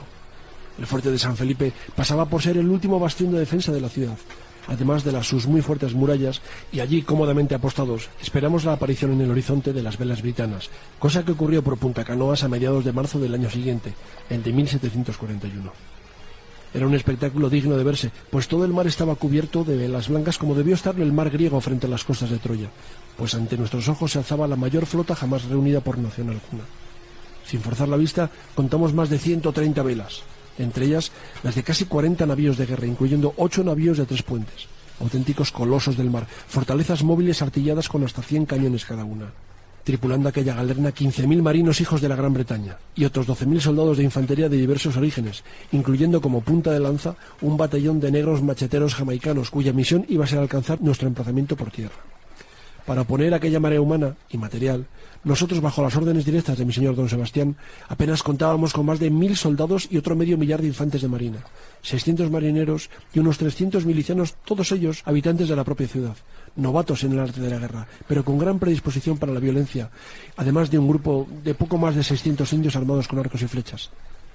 Por otra parte, estaban los cañones de los 6 barcos de guerra que componían nuestra flota, 4 de los cuales fueron sabiamente dispuestos por don Blas de Lezo a la entrada de Bocachica, pues por allí debía comenzar la invasión inglesa, dado que en aquella época del año Boca Grande se encontraba impracticable por falta de calado. Nada más tener noticias de la llegada de la flota enemiga, don Blas de Lezo se trasladó al navío Galicia, donde hizo su gallardete, pues desde allí había decidido dar las órdenes siempre en primera línea de fuego, algo que en su juventud ya le había costado varias partes de su cuerpo, cuestión de la que ninguno, ni aun los más viejos soldados del lugar, osaba hacer burla, pues conocida era la afición de don Blas a castigar con mano dura todo tipo de escarnio hacia su persona, la de su rey o la de su... El día 15 la flota de Vernon fondeó entre Punta Boquilla y la Canoa, por lo que después nos contó alguno de los pocos prisioneros ingleses que hicimos, varios consejos de guerra convocados por el gran bocazas inglés osaron repartir el cuantioso botín que creían iban a tomar, antes incluso de disparar el primer tiro, al tiempo que un amago de desembarco en la boquilla, con gran movimiento de pequeños botes y naves menores, no sirvió más que para tantear nuestra disposición a la defensa. Maniobra ociosa, pues por otra parte, nunca don Blas habría cedido ni un milímetro de tierra al inglés, sin que se hubiera derramado ella hasta la última gota de su sangre y de las nuestras. Aparentemente el plan inicial de Vernon era desembarcar al sur de la boquilla para, tras vadear el caño de Juan de Angola, tomar la Quinta y atacar desde allí nuestras posiciones, especialmente las del castillo de San Felipe y el de San Lázaro, al tiempo que otro destacamento se hacía cargo de la desembocadura del Sinú en Pasacaballos. Si lograban su propósito, no tardaría mucho en cortar totalmente los abastecimientos a la ciudad, y ésta tendría que... Pero sin duda, los informes que a Vernon llegaron indicando lo inconvenientes que resultaban ser los terrenos pantanosos que rodeaban la ciénaga de Tesca, así como la falta de fondeaderos seguros en las costas cercanas a la bahía, hicieron cambiar el plan inicial, optando los ingleses desde ese momento por forzar el paso de Bocachica y ocupar la bahía desde la que iniciara el asalto a las murallas de Cartagena. Pero en Bocachica, el Galicia, la nao capitana, junto al África, el San Felipe y el San Carlos, se alzaban gallardamente impidiendo la entrada a la bahía, cuando el día 19 de ese mes de marzo de 1741 se desataron todos los demonios. 7 grandes buques de guerra británicos comenzaron a arrojar fuego y muerte contra el fuerte de San Luis de Bocachica y los baluartes de la isla de Tierrabomba. En pocos minutos, barridos por la artillería española, 4 de ellos tuvieron que ser remolcados por los otros, lejos del alcance de nuestros experimentados artilleros. Al anochecer, tras un continuo fuego de mortero por ambas partes, comenzó el desembarco de tropas de tierra inglesas en la playa de la Chamba para intentar el asalto a nuestras defensas por tierra. Fue entonces cuando, según supimos luego, comenzaron las desavenencias del almirante Vernon con el general Wentworth, encargado de la infantería, pues cada uno le pedía más sacrificios al otro y ninguno de los dos parecía dispuesto a darlo. La infantería inglesa fue destrozada por nuestro fuego de fusilería, con el apoyo de las baterías de Punta Abanico y Varadero, no llegando siquiera a aproximarse a las defensas del fuerte de San Carlos, que era su objetivo. 10 días después, aún estábamos en estas. Desesperados, los hombres de Wentworth iniciaron un asalto a la desesperada del San Carlos, al pie de cuyas murallas se dejaron 200 cadáveres. Optaron por montar una batería cerca del fuerte con el fin de hostigarles con fuego de cañón, más una salida a bayoneta calada ordenada por don Carlos de Ernaud les pondría en fuga y haría imposible emplazar aquellos cañones. Las defensas fueron inmediatamente repuestas, y tan sólidas que hubieran podido detener al mismísimo Jerjes y toda su patulea de infieles persas si a las puertas de aquel castillo. Los ingleses, en vista de que no podían tomar la fortaleza de ninguna manera, optaron por un bombardeo sistemático de sus defensas, ayudados por los barcos de guerra que poco a poco se iban aproximando al escenario de sus desdichas. Tras una semana en la que cayó más hierro sobre aquel fuerte del que se hubiera podido sacar en 1000 años en las minas vizcaínas, Desno decidió desmontar los cañones y replegar sus tropas, unos 200 hombres, que fueron embarcados en la Galicia para ser llevados a tierra firme. Cubriendo su retirada quedaron 30 valientes, 30 voluntarios, con la orden de enarbolar bandera blanca, nada más que aquellos 200 estuvieran a cubierto, cosa que hicieron, aunque como han hecho tantas y tantas veces, aquellos traidores ingleses hicieron ojos ciegos y oídos sordos a su bandera de rendición y les pasaron a todos a cuchillo. Nuestro valor era mucho, pero su superioridad numérica poco a poco fue haciéndonos mella. Cayó el Galicia en manos inglesas con 30 hombres de su tripulación. El San Felipe embarrancó y fue incendiado con tan mala fortuna que con él ardió también el África. Y el San Carlos se hundió en el centro del canal que llevaba a la bahía. No fue suficiente para evitar que aquella poderosa armada entrara en las aguas que rodeaban Cartagena, aunque les costó 2 semanas lograrlo, y aquel tiempo, como se vería más adelante, sería crucial. Una vez que sus naves entraron en la bahía de Cartagena, el fanfarrón inglés envió emisarios a las islas británicas para comunicar a su rey el éxito de la misión. No debió haber vendido la piel del oso antes de haberlo. En la madrugada del día 6, nuestro comandante ordenó a los 2 barcos que nos quedaban que bloquearan la entrada del puerto de la ciudad, y así lo hicieron. Mas fue deseo expreso de mi señor que ambos barcos fueron hundidos en las aguas del puerto para impedir el acceso al mismo de las naves inglesas, cosa que don Blas desaconsejó fuertemente, momento en el cual se produjo una de las más grandes discusiones que jamás vi, en la que 2 hombres de carácter y sobrada experiencia defendieron sus posiciones de tal manera que la guerra con los ingleses quedó, por un momento, en segundo plano, habida cuenta de la fiereza de aquellos 2 servidores de Marte.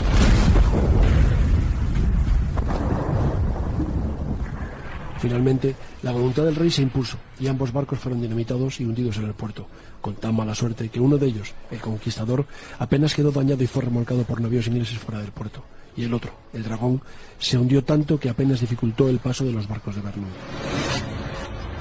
Los hasta 17 días de resistencia en Boca Chica, más las dificultades inglesas para entrar en el puerto, hicieron que el grueso de las tropas de tierra enemigas no pudiesen desembarcar en el Tejar de Gracia hasta el domingo 16 de abril. En ese mes y 3 días, además de las numerosas bajas habidas en combate, los soldados ingleses sufrieron mucho de las enfermedades y del terrible clima tropical al que don Blas ordenó evacuar el castillo de Santa Cruz y unir aquella dotación humana a la defensa del San Felipe, en el que nosotros esperábamos nuestra ocasión para entrar en combate, cosa que no tardó mucho. Los asaltos a nuestra posición eran continuos, pero contra aquella bien pertrechada atalaya, las tropas inglesas se estrellaban una y otra vez como las olas contra el espigón del puerto. Había cuenta sobre todo de la falta de apoyo artillero de la flota inglesa, cuyos barcos temían acercarse demasiado a la costa para no exponerse en exceso al fuego de nuestros cañones. La noche del 25 de ese mes de abril hubo un asalto masivo al fuerte. La milicia colonial británica, al mando de un tal Washington, al parecer persona muy principal de una colonia inglesa llamada Virginia, que había tomado por su cuenta el Cerro de la Popa, algo que no debió gustar en exceso al almirante inglés, fue enviado al asalto desde el Cerro del Carnero, el de menor pendiente, casi como carne de cañón contra nuestros fusiles, cayendo en el primer embate al menos el 90% de ellos. Usando escalas para subir nuestros muros, trataron de llegar a nuestras posiciones. Evidentemente, no sabían que durante la noche nos habíamos afanado en hacer más profundos los fosos que rodeaban el fuerte, por lo que sus escalas apenas alcanzaban la altura necesaria para atacarnos. Nos recibimos entre cargas de fusilería y carcajadas, las cuales minaron tanto su moral como nuestro hierro lo hizo con su salud. En medio de aquella confusión, viendo que los ingleses trataban de emplazar algunas piezas de artillería desde las que hostigar nuestras posiciones, salimos por sorpresa al asalto, con la bayoneta calada y un grito en nuestras gargantas, provocando tal mortandad y confusión entre los ingleses que hubieron de replegarse sin orden ni concierto algunos y fueron casi exterminados por nuestra vaga infantería y por las flechas envenenadas de los indígenas que, dicho sea de paso, fueron de inestimable ayuda a nuestros intereses. Fue realmente el último combate que sostuvimos. El bombardeo continuó, pero nunca más se intentó un ataque directo contra nuestras murallas. En la mañana del 30 de abril, a petición del comandante inglés, tuvo lugar un canje de prisioneros. De este modo nos enteramos de que los ingleses habían realizado un segundo ataque inmediato a San Felipe de Barajas, del que tuvieron que desistir porque la tropa simplemente se negó a atacar. Tal era el grado de cansancio y desinterés que tenían, de modo que Vernon hubo de retirarse con el rabo entre las piernas, no sin antes diezmar a los insumisos soldados, pasando por las armas hasta cientos todo aquello que habían conquistado los ingleses con un número de bajas que nunca llegamos a conocer, pero que rondaría la mitad de sus efectivos. Se retiraron a sus puertos de Jamaica, lamiéndose las heridas y pensando cómo le iban a explicar a su rey que el más poderoso ejército del mundo había sido humillado hasta el alma por un puñado de desarrapados españoles y la voluntad de apenas medio hombre. Juan, nuevamente funcionó el tema de la propaganda británica, ¿verdad? ¿Cómo nos la ocultaron, cómo nos la colaron después de que le dimos pa'l pelo? Sí, a mí me entristece mucho eso, ¿no? Hay movimientos que están reclamando muchísimo, no solo, fíjate tú, que encuentren la tumba donde estaba enterrado Don Blas de Lezo. No sé si ya la han llegado a encontrar, me parece que no, que alguien me corrija si me equivoco, pero incluso no sabíamos dónde uno de los mayores héroes de España terminó enterrado la criatura, ¿no? Pero bueno, la batalla de Cartagena fue una victoria tan palpable y tan brutal para las armas españolas en detrimento del Imperio Británico, que la verdad es que los ingleses hicieron todo lo que pudieron, pero me refiero a todo, por ocultarla, incluso a nosotros mismos. O sea, nosotros hemos sabido de Blas de Lezo y la batalla de Cartagena de India realmente no hace demasiados años, no hace demasiados años. Fíjate tú que incluso Lord Vernon era, como os comentaba, el almirante de la flota inglesa. Este tío se las prometía muy felices, ¿no? Porque incluso llegó, a mí me hace gracia porque llegó incluso, yo la he visto, llegó incluso a acuñar monedas conmemorativas de la gesta, monedas que mostraban a un Blas de Lezo arrodillado, la España, no sé qué, rinde la arma hasta el inglés y da igual. Yo he visto estas monedas, las originales, las tienen, yo he visto una en el Museo Naval de Madrid, y la verdad es que Blas de Lezo no podía arrodillarse por varias razones. Primero, porque no le salía de los huevos. Arrodillarse como decía el cura de mi pueblo, las demás razones ya no importan. Bueno, eso por un lado, y segundo, porque Blas de Lezo tenía pocos juegos de rodillas. Ten en cuenta que tenía una pierna nada más, ¿no? Entonces, bueno, a mí me hace gracia el tema de las monedas, ¿no? Porque tras la derrota, pues realmente el amigo Vernon, que era el típico chulito arrogante británico, pues se las tuvo que meter una a una por donde no brilla el sol, ¿no? Exceptuando la que conservamos nosotros en el Museo Naval, ¿no? Lo de metérselas, que igual no fue algo figurado, igual fue físico, porque el rey estaba contento, ¿sabes? Claro, es que Vernon había mandado un barco, una nave, para darle la noticia a su rey de que ya habían tomado Cartagena de Indias, y el tío había montado la fiesta más gorda, unas fallas por allí, unos castillers y tal, unas cosas muy macas, y luego resulta que cuando llega el otro con las orejas calenticas de las bofetadas que le habían dado, ¿y ahora qué hacemos? Socio, ¿ahora qué hacemos? Vernon, Vernon, ven acá un momentito para acá. ¿Ahora qué hacemos? No, hombre, yo pensaba... Claro, es que el problema es vender la piel del oso antes de cazarlo, sobre todo si el oso es Blas de Lezo. En la medalla esa que dices tú, yo he visto una imagen, no he visto la medalla original, he visto una imagen y en esa medalla Blas de Lezo tiene 2 piernas. O sea, es decir, por lo menos dijeron, bueno, no vamos a hacer arrodillar a un tullido, que el tío que se arrodille tenga 2 brazos, 2 piernas y encima esté cachas. Y otra cosa, ¿dónde está enterrado Blas de Lezo? Bueno, pues está un cachito aquí, otro cachito allá. Ese chiste, si no lo hago, reviento. La verdad es que lo que no tenían los ingleses era un Blas de Lezo. Blas de Lezo era un personaje que estaba hecho por y para la guerra. Era un tipo con un valor y con una capacidad de liderazgo por encima de toda duda. De hecho, en Cartagena de Indias, él supo manejar tanto a sus tropas como a las tropas nativas, que también le apoyaron, y también una tercera cuestión que fue el tema de las enfermedades tropicales. Eso siempre ha sido un aliado de los españoles.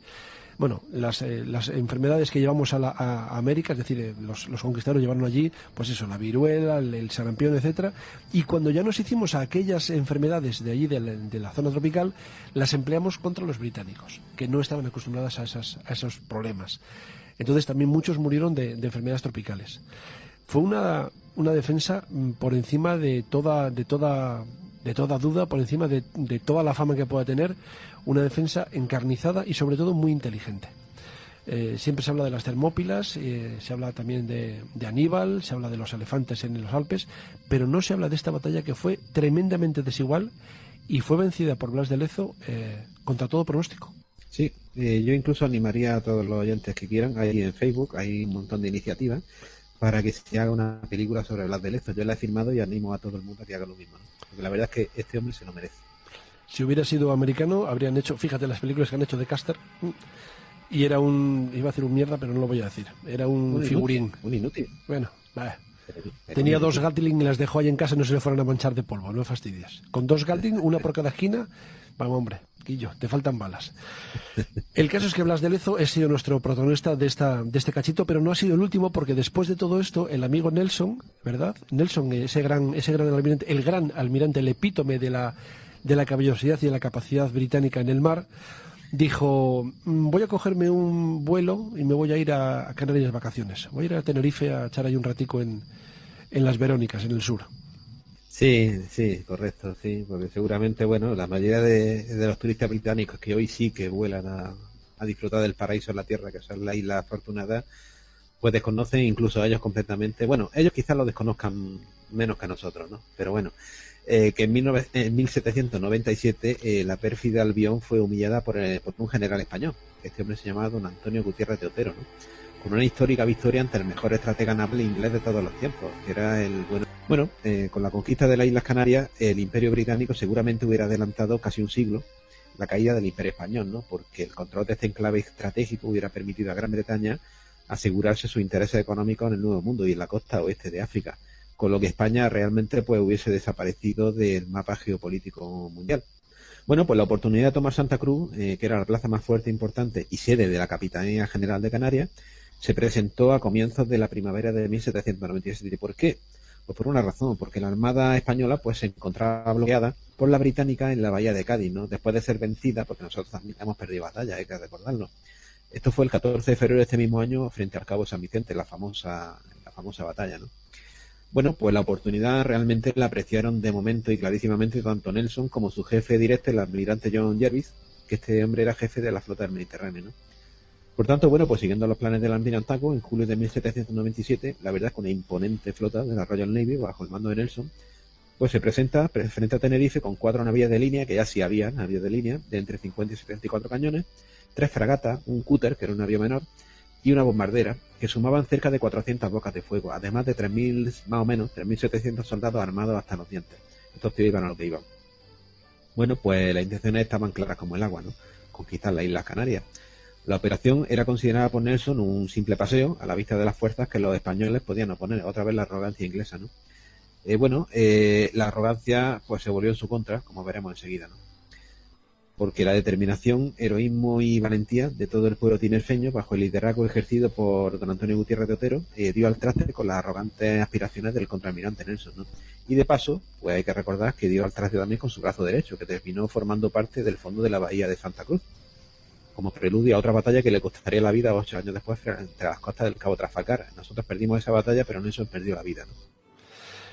En realidad, nosotros perdimos la batalla de Trafalgar por lo que la perdimos, porque no éramos nosotros los que mandábamos, sino el bueno creo que se llamaba Villeneuve, el almirante francés, que también, no sé si sabía nadar. La verdad es que, digamos que la estrategia empleada fue la menos buena de las posibles. Vamos a dejarlo así. Pero en Tenerife sí que es verdad que sí se conoce un poquito más el tema de la batalla de Tenerife, porque allí fue donde Nelson perdió el brazo. Entonces, claro, esa curiosidad hace que la gente diga, coño, no me falta un brazo, pues lo perdió en Tenerife. Bueno, pues vamos a ver por qué. Pero la verdad es que, como decía no sé quién, es verdad que los británicos saben enterrar a sus muertos. ¿Has visto? Bueno, no solo la tumba de Nelson, sino la plaza de Trafalgar Square es una auténtica maravilla de monumento dedicada a un tipo que sí fue un gran almirante, un gran estratega, pero que no ganó todas las batallas, como por ejemplo Blas de Lezo. Perdón, Álvaro de Bazán. Blas de Lezo yo no sé si ganó también todas o perdió alguna, pero el caso es que Álvaro de Bazán seguro que venció en todas las batallas. Nadie le ganó nunca. Yo no le conozco ninguna derrota a Blas de Lezo, pero bueno. El caso es que, bueno, Nelson sí que perdió, pero como tú muy bien has dicho, los ingleses sí que saben enterrar a sus muertos. Bueno, es una cosa que hay que reconocerles, ¿no? Bueno, en Tenerife la verdad es que el general Gutiérrez logró, pues la verdad es que mediante una soberbia capacidad de liderazgo y una brillante dotes como estratega, coordinar de manera eficaz, date cuenta que aquello era un variopinto grupo. Había soldados regulares, había pescadores indisciplinados, labradores, artesanos. La verdad es que había una cosa que les unió a todos y que este hombre, el general Gutiérrez, logró aglutinar, que era la mera visión hipotética de una bandera británica ondeando en Tenerife. O sea, eso no podía con los canarios. Entonces se convirtieron en una fuerza de combate que infligió a Nelson la mayor derrota de su carrera militar. Repito, la mayor derrota de su carrera militar. Como diría Felipe González, insisto, la mayor derrota. Y como diría el otro, fin de la cita, efectivamente. Bueno, realmente, como diría el gran general español, nada está perdido si tienen la voluntad de triunfar, ¿no? Y vaya, si triunfaron. Ya hay una nota curiosa, que yo lo he probado y está muy bueno. La verdad es que con una guasa canaria que solo se puede dar en la isla, uno de los dulces más populares de la isla, una variante del brazo de gitano peninsular, se llama, en honor al que perdió el inglés, brazo de Nelson. No me digas. Sí, tú puedes ir un brazo de Nelson y te lo comes, sí.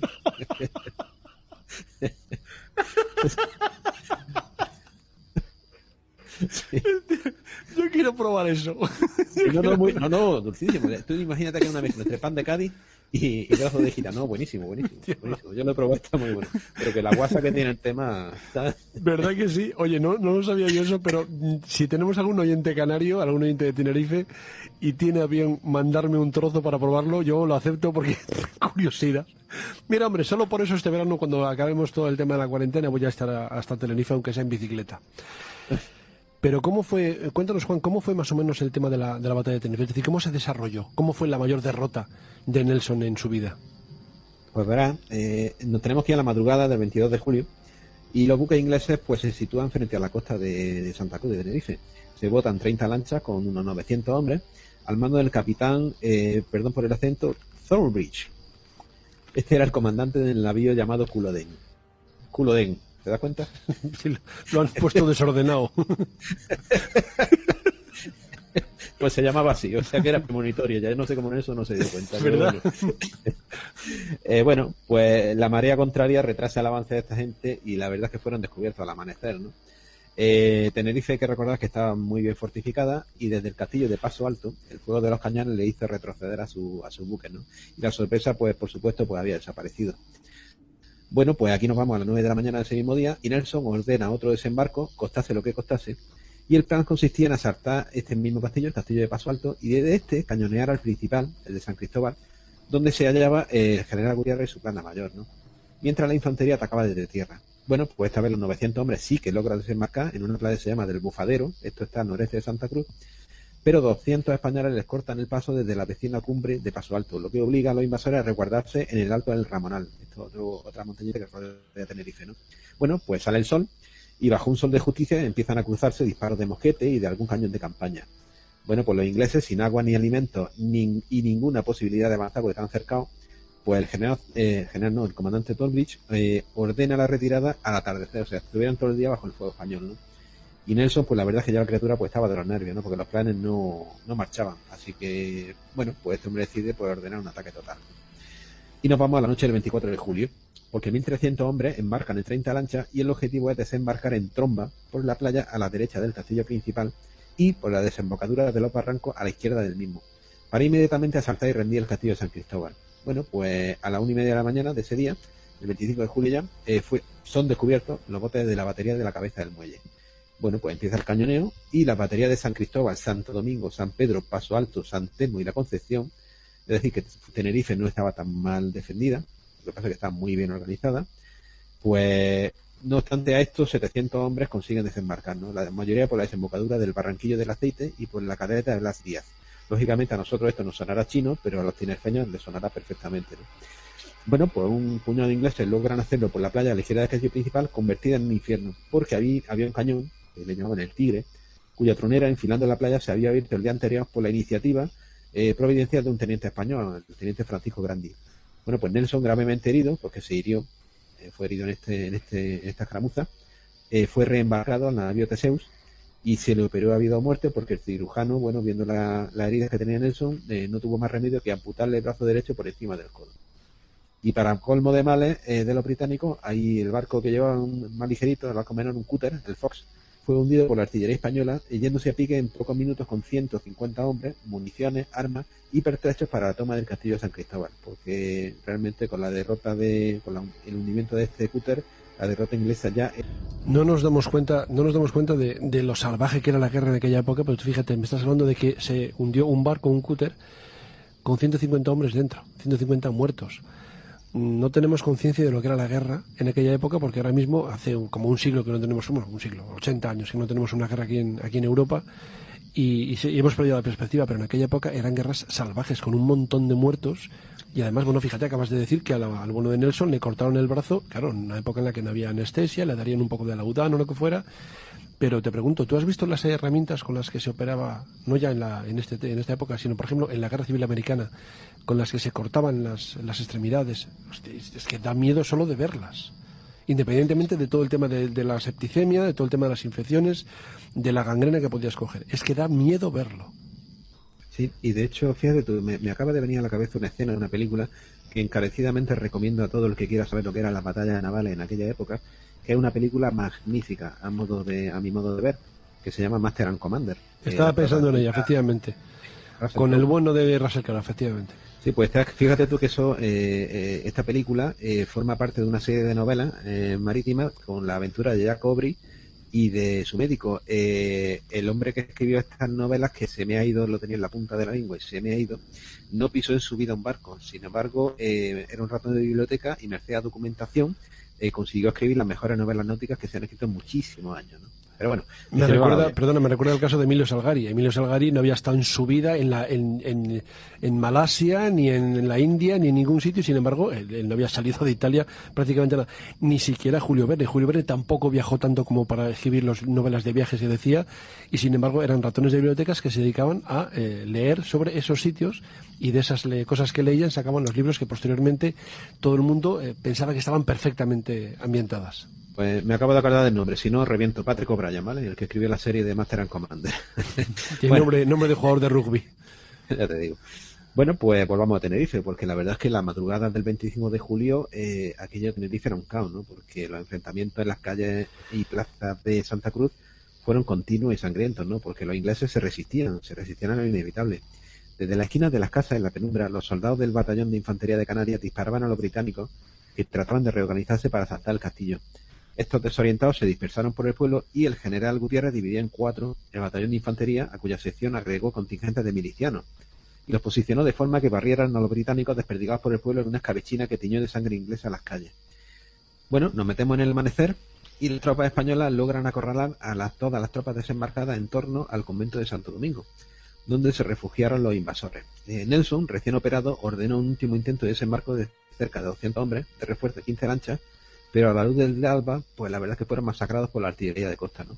Los sitiados en el convento, ignorantes de la situación de Nelson, decidieron capitular, incapaces ya de poner resistencia, ¿no? Y bueno, la verdad es que tuvieron que rendirse.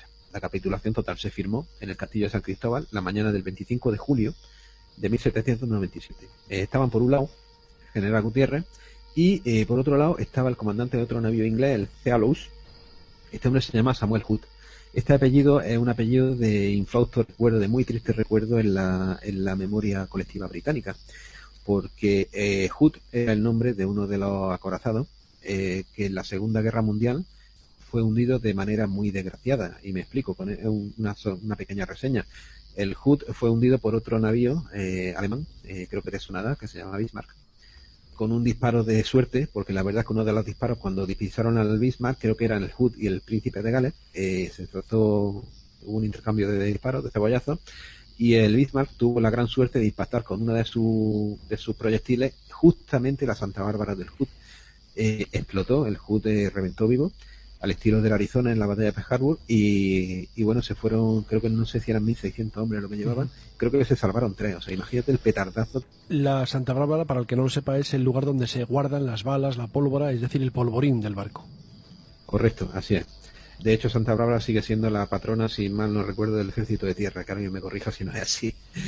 Bueno, pues nos vamos a la firma de la rendición británica, y Gutiérrez, el general Gutiérrez, acepta un reembarque con armas al toque de las cajas de guerra, de los tambores de guerra, con la condición, bajo la palabra de honor, tú fíjate qué cosa, del propio Nelson, de que ninguna otra escuadra inglesa atacase Canarias. Además de que los propios vencidos llevaran a Cádiz una misiva con destino a Madrid con la noticia de la victoria española. Palabra que Nelson cumplió con la rigurosidad de un caballero, aunque la arrogancia ya hubiese, la verdad, desaparecido de su mirada, ¿no? También es verdad que los heridos ingleses fueron atendidos con total humanidad por parte de la población de Tenerife, hecho que el propio Nelson agradeció a Gutiérrez la primera misiva que firmaba en inglés con su mano izquierda, porque la otra evidentemente pues ya no la tenía, ¿no? Y la carta pues se conserva hoy día en la sección de manuscritos de la librería británica en Londres. Sí que es cierto que la caballerosidad en aquella época no se había perdido. Yo creo que la caballerosidad se perdió, va a tener una gilipollez, pero yo creo que se perdió en la guerra de secesión americana, cuando el sur caballeresco perdió, ¿verdad? Con todas sus equivocaciones, con todas sus tonterías y con toda su esclavitud, etcétera, y con toda esa antigüedad. Pero allí perdieron los últimos hombres para los que el honor era más importante que la victoria. Nelson perdió, fue derrotado sin paliativos, pero se siguió comportando como un caballero, también porque con él se comportaron como caballeros. Eso después se perdió. Ahora la guerra es de los más listos entre comillas. Yo creo que todavía queda algún romántico, ¿verdad?, para el que el honor sea importante. Yo es que creo, José, que ya no hay soldados, ya hay mercenarios, quitando realmente, a ver, a lo mejor las palabras no son las más afortunadas de la época que vivimos, ¿no? Porque realmente lo que están haciendo nuestros soldados por nosotros ahora no tiene precio. Pero si nos vamos a batallas, realmente a guerras libradas en el exterior, ¿qué demonios hacían los americanos en Irak? ¿O qué demonios hacían en Afganistán? ¿O qué demonios hacían aquí o allí? ¿No? O sea, las guerras ya no se libran por países, sino que se libran por intereses económicos. La verdad es que pienso que la mayoría de guerras son mercenarios los que luchan, realmente. Pero Juan, yo no estoy de acuerdo contigo. Vamos a discrepar un poquito, pero poquito. Yo creo que siempre se han hecho las guerras, siempre ha sido por cuestiones económicas. Es decir, ¿por qué ha ido económicas, digamos, o por razones de que el tal rey quería tal tierra o tal conquista o tal victoria? Porque se ha ido siempre a la guerra un país contra otro, es decir, un ejército contra otro. Porque el rey de tal sitio declaraba la guerra al rey de tal otro. En realidad, nunca ha habido otro motivo para luchar que ese, el poder, el dinero, la riqueza. Lo que están haciendo nuestros soldados ahora no tiene nada que ver con la guerra. Ellos, en realidad, aunque son militares, no están haciendo lo que hacen habitualmente los militares. Y me alegro de que sea así. Fíjate, cuando ahora, por ejemplo, en algunas partes de España se habla de que los militares van a entrar en no sé dónde, voy a apagar la televisión para que no lo vean mis hijos. Bueno, pues deberías permitir que tus hijos vean cómo los militares hacen eso. Desinfectar aeropuertos, desinfectar calles, ayudar a señoras con la compra, vigilar el tráfico. O sea, todas estas cosas las hacen los militares de ahora, pero ese no ha sido, yo creo que nunca, el trabajo de un militar. Ahora son militares diferentes y me alegro de que sea así. Sí, a ver, vamos por parte. Los militares, yo creo que un soldado está hecho para una sola cosa, está entrenado para una sola cosa, que es matar. Matar mucho, matar bien y cuanto más mejor, porque así defiende a su país. Estoy de acuerdo contigo, a lo mejor no es que no me he expresado yo antes con claridad, en que las guerras siempre han sido por motivos económicos. Yo me quería decir, el tema de la caballerosidad, es decir, hoy tú ves a los soldados y yo no veo caballerosidad, no veo honor, no te digo que no haya casos, pero no veo aquella, llamémosle el romanticismo de la guerra de antiguamente, ¿no? Eso se perdió hace ya muchos años. Bien puede ser con la guerra civil americana, porque la verdad es que no se habla suficientemente de las salvajadas, o por lo menos no estamos enterados mucha gente de las salvajadas que hubo, porque la hubo muchas y muy gordas, ¿no? Realmente, un punto también que quizás discreparía es los soldados de hoy, lo que están haciendo nuestros soldados. Sí que están librando una guerra, José. Yo lo que pasa es que puede que no veamos al enemigo. El hecho de que no veamos al enemigo quiere decir que es un nuevo tipo de guerra, pero es un enemigo que viene por nosotros y hay que luchar contra él. De hecho, fíjate, tú sabes cómo se le llama la operación contra el coronavirus, ¿no? Se llama la operación Balmis. Balmis, efectivamente. En honor a la campaña aquella de vacunación contra la viruela, con los niños que se llevaron, en fin, una historia muy bonita que se ha llevado a la televisión, ¿no? Yo creo que sí, que están luchando y realmente vencerán, y venceremos todos, pero que la que nos está cayendo la del pulpo, ¿eh? Fíjate cómo la guerra va cambiando, ¿verdad? Se hablaba de la guerra habitual, la guerra normal, luego en la Segunda Guerra Mundial la guerra cambió, los escenarios dejaron de ser los campos de batalla y comenzaron a ser las ciudades, las víctimas ya no eran soldados sino civiles, después llegó la guerra contra el terrorismo y ahora es la guerra contra los virus, es decir, la guerra va evolucionando a medida que la vamos, entre comillas, dominando. Pero lo que está claro es que tenemos que vencer esta guerra como sea, con soldados, sin soldados, con la ciencia, con la paciencia, como sea. Es un tema que, fíjate que intentamos no hablar de ese tema, pero al final siempre acabamos hablando de ello, como es lógico, porque es que está marcando nuestras vidas, está marcando este periodo y seguramente marcará el futuro de nuestras vidas. Es decir, yo creo que el mundo va a ser antes y después de la pandemia diferente, como fue diferente antes y después de la pandemia de la gripe española, de la mal llamada gripe española. Sí, no, esto va a marcar un antes y después. De hecho, yo el otro día lo comentaba con mi mujer, que esto se va a hablar desde la pandemia de 2020 del COVID-19, incluso después de que nosotros hayamos desaparecido. Porque yo creo que ni siquiera, aquí en España en concreto, en la guerra civil, se confinó la población es que se ha confinado 50 millones de personas, 42 millones de personas. O sea, creo que no llegó a confinarse a la población, salvo en casos excepcionales, ¿no? Efectivamente, se confinaba a la gente que estaba infectada y además se colocaba Es que esto me lo ha contado una señora de allí del pueblo una señora que conocí, una señora muy mayor que tiene como 100 años, aunque yo creo que se está quitando alguno que otro, ¿verdad? Pero bueno, me contaba que ella había sobrevivido a la pandemia de la gripe española, y me contaba que no había televisión, que no había internet, que no había nada, que miraba por la ventana nada más y veía pasar a sus amiguitos, a su gente y les saludaba así con la mano, pero los amiguitos no se acercaban a ella porque en la puerta de la casa había una bufanda blanca que era lo que ponían para para demostrar que tenía la infección. Que sobrevivió a aquella y que va a sobrevivir también a esta. Dice que le da igual, que ella no se piensa marchar así por las malas, que ella se marcha tranquilamente con su familia y que no va a haber infección que pueda con ella. Ese es el espíritu para sobrellevar todas las guerras, es decir, esta, aquella y la de más allá.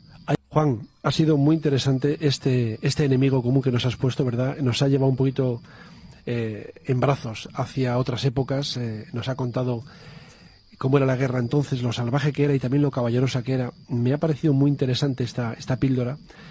Hemos recuperado también las voces de Fer y de Héctor, que les echo mucho de menos, y de Patri. Pero bueno, la vida gira, el mundo gira, la vida sigue y las cosas son así. Es decir, la gente tiene sus obligaciones, sus necesidades y tenemos que entenderlos. Esto no es más que un divertimento y yo en el momento en el que diga basta, bueno, pues se acabó también. Es decir, esto no es eterno, nada es eterno. Y bueno, como decía otro, no hay mal que 100 años dure. Juan, vamos a ir despidiendo esto y te voy a preguntar lo que te pregunto siempre. ¿Qué música le ponemos a esto para terminar? Pues me la has puesto muy difícil. ¿Verdad que sí? El último podcast lo tuve clarísimo. Aquí ten en cuenta que por la época, pues no sé si poner música medieval, poner la marcha de Granadero británica. Vamos a poner algo divertido. Algo divertido. Bueno, ya lo buscamos ahora, pensamos un momentito y lo ponemos.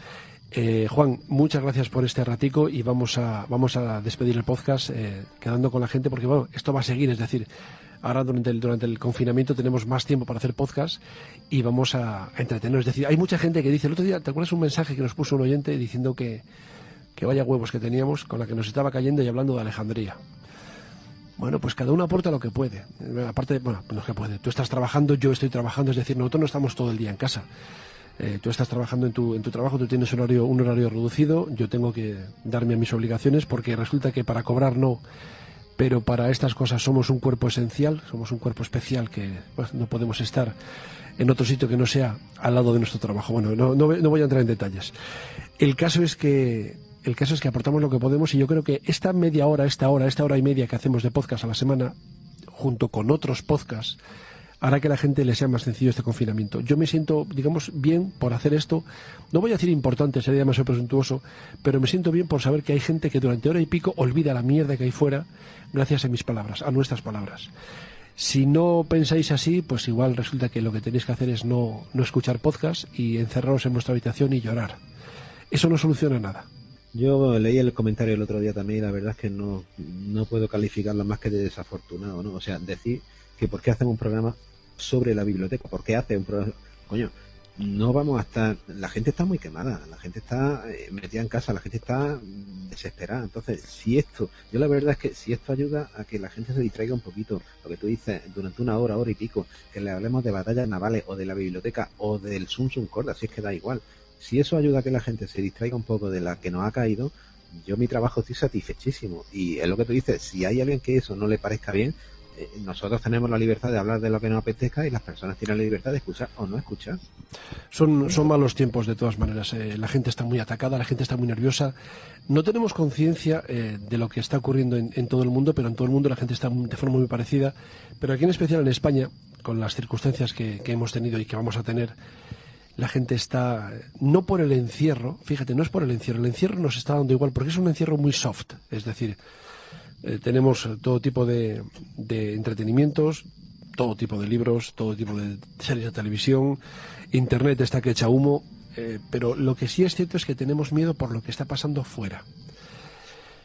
Madrid es una olla de locos, sabemos que hay gente a la que queremos que le está afectando mucho, que se está enrocando, que se está encerrando en sí misma porque tiene miedo de lo que pueda pasar.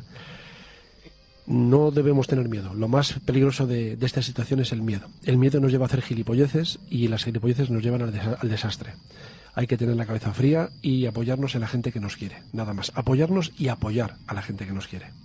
A mí me da miedo Madrid, José. A mí me da mucho miedo. Hay zonas del mundo que casi me dan más miedo que Madrid, por una razón, porque aquí tenemos un sistema sanitario que, gracias a Dios, a la seguridad social.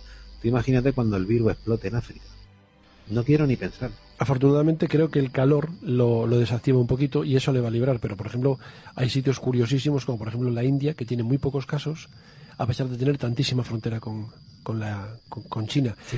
Yo creo que hay un tema de datos, de mentiras, de formas diferentes de anotar los fallecimientos, de formas diferentes de anotar los afectados Y nunca, yo creo que nunca vamos a saber. Estamos cometiendo los mismos errores que se cometió en la gripe española. Es decir, la gente no dice la verdad. Nadie dice la verdad.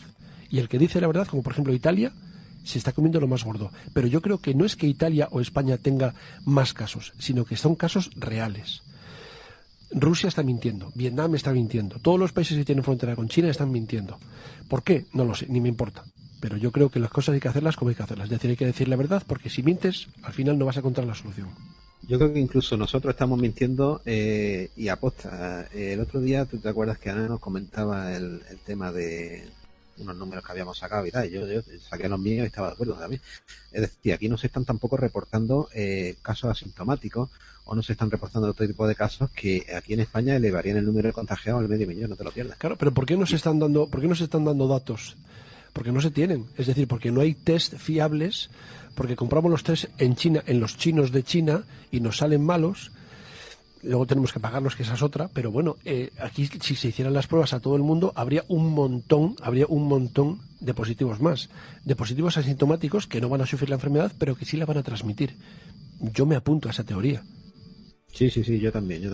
De hecho, yo la vergüenza nacional que has puesto el tema de los test falsos, la verdad es que yo pienso que sí que sabían lo que estaban haciendo, porque que salga o eso, o es que tenemos gobernantes de uno u otro signo, me da igual, que no saben dónde tienen la mano derecha. O sea, que salga un presidente del gobierno diciendo que los test estén perfectamente homologados, que es muy importante la homologación, y poco después salga que los test no solo no están homologados, sino que del 80% de fiabilidad solo están dando el 30%. ¿Se están quedando con nosotros? ¿Alguien se ha llevado algo por eso y se ha callado? Yo saco más del 30%. Yo cojo un tío y digo sí o no y tengo un 50%. O sea, fíjate, yo soy más fiable que un test. Dame a mí el dinero. De todas maneras, no es un tema de ideología, porque están cagando a los gobiernos de izquierdas, gobiernos de derechas, gobiernos de centro. Es un tema de capacidad. Y elegimos al tonto de la clase como delegado y se nos ha ido de las manos. Siempre lo he dicho. No elegimos a gente capaz de gestionar, elegimos a políticos capaces de engañarnos con la palabra.